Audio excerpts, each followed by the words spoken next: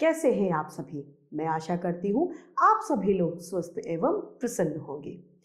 आज हम हमारा पाठ अपठित बोध को पढ़ेंगे और समझेंगे।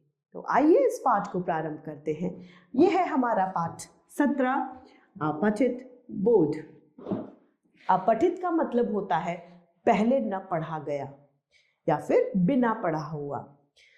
गद्यांश का अर्थ होता है गद्य का अंश। इसका अर्थ हुआ कि अपठित गद्यांश एक ऐसा अंश होता है जिसमें तुमने पहले नहीं पढ़ा हो।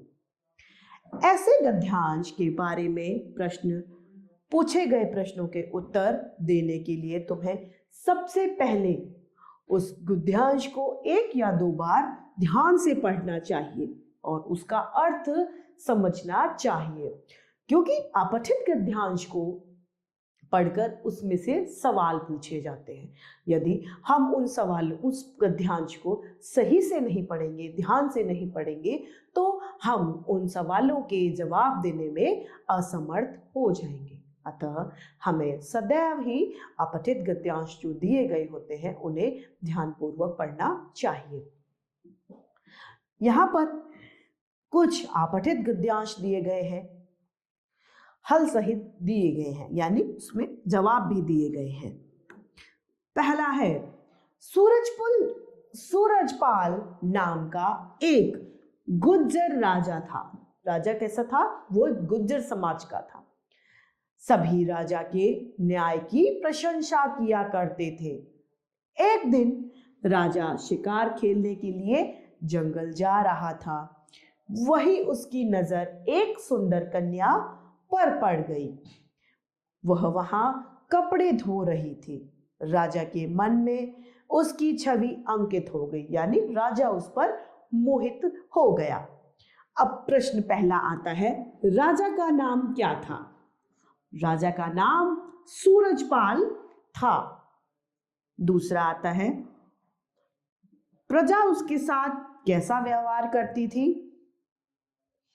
तो प्रजा अपने राजा से बहुत प्यार करती थी। तीसरा है, एक दिन राजा कहाँ गया, किस काम से जा रहा था? एक दिन राजा शिकार खेलने के लिए जंगल में जा रहा था। राजा की नजर किस पर पड़ी? राजा की नजर एक लड़की पर पड़ी। कन्या क्या कर रही थी? कन्या कपड़े धो रही थी। राजा पर उस कन्या का क्या प्रभाव पड़ा?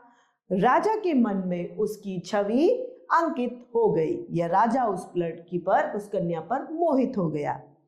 राजा का नाम। ठीक है, इस तरीके से गद्यांश दिए जाते हैं और उनके प्रश्न पूछे जाते हैं। यदि आप उनको सही से और मन लगाकर पढ़ेंगे तो आप उनके जवाब सही दे पाएंगे। अब दूसरा आता है, ये कहता है, निम्नलिखित गद्यांश को पढ़कर दिए गए विकल्पों में सही और गलत का चिन्ह बन लिखाना है। वैसाखी का त्योहार पूरे पंजाब में बड़े उत्साह से मनाया जाता है, यानी बहुत जोश शोर से इसका वैसाखी का त्योहार मनाते हैं। इस दिन लोग नदियों तथा सरोवरों में स्नान करते हैं, यानी नहाते हैं। नई फसल आने के कारण कृषकों यानी किसानों में विशेष उल्लास यानी विशेष हर्ष यानी खुशी होती है।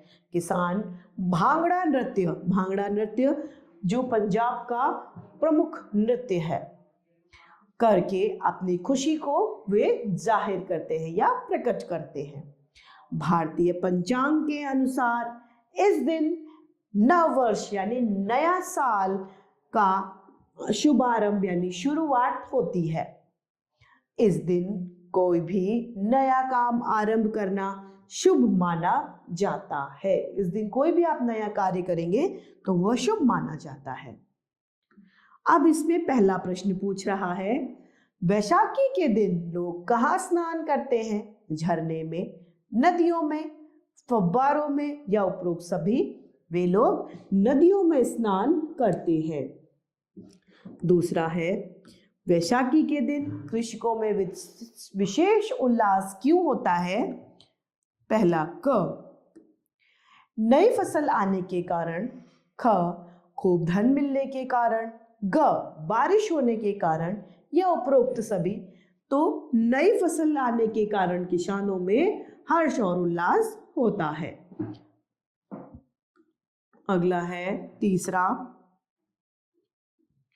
भारतीय पंचांग के अनुसार इस दिन किसका शुभारंभ होता है? किसकी शुरुआत होती है? नए मास का शुभारंभ, नववर्ष का शुभारंभ, नए न होने का शुभारंभ या उपरोक्त सभी। नव वर्ष का शुभारंभ होता है, यानी नए साल की शुरुआत होती है। चौथा, किसान अपनी खुशी किस प्रकार प्रकट करता है? स्नान करके, भांगड़ा नृत्य करके, उछल कूद करके, उपरोक्त सभी। तो किसान भांगड़ा नृत्य करके अपनी खुशी को प्रस्तुत करता है। पांचवा है, वैशाखी के दिन क्या करना शुभ माना जाता है? नया कार्य आरंभ करना, पुराना कार्य आरंभ करना, नृत्य करना या उपरोक्त सभी। तो क, नया कार्य आरंभ करना वैशाखी के दिन शुभ माना जाता है। तो आइए इस पाठ में हमने क्या सीखा देखते हैं। अपठित गद्यांश का अर्थ होता है जो हमने पहले ना पढ़ा हो।